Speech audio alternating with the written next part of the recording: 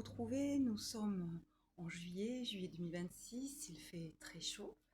Euh, Muy calor, very hot. Une astuce que vous connaissez peut-être pour combattre le chaud, voilà ce que je fais. Alors, au niveau déjà, donc s'hydrater beaucoup, certes, mais en fait, boire entre les repas par petites quantités et boire chaud.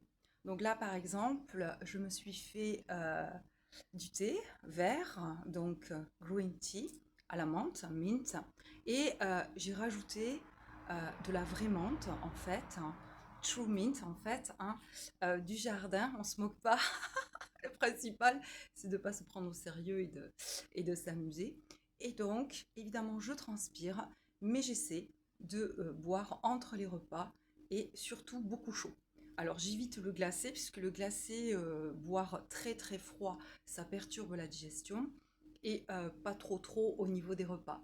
Sur ce, ben, vous penserez à moi, essayez, vous allez transpirer, mais il faut savoir que la transpiration c'est très bien, hein, puisqu'on évacue les toxines et puis on boit, ça c'est chaque personne qui sait. Sur ce, good drink, hydratez-vous bien. Il y a une autre boisson où on met de la menthe dedans. Suivez un petit peu ma pensée. Bon, ben là, c'est une boisson à boire modérément avec citron, avec de la menthe, etc. Et puis un autre produit aussi qui fait beaucoup, disons que quand on est timide, on peut se mettre à danser et à chanter après. Voilà, prenez soin de vous. Merci pour les petits pouces. Merci pour ceux qui me suivent. Bienvenue aux nouveaux abonnés sur TikTok, sur YouTube, sur mon compte Facebook également. Et donc, je suis Christine, j'habite le 64, les Pyrénées-Atlantiques.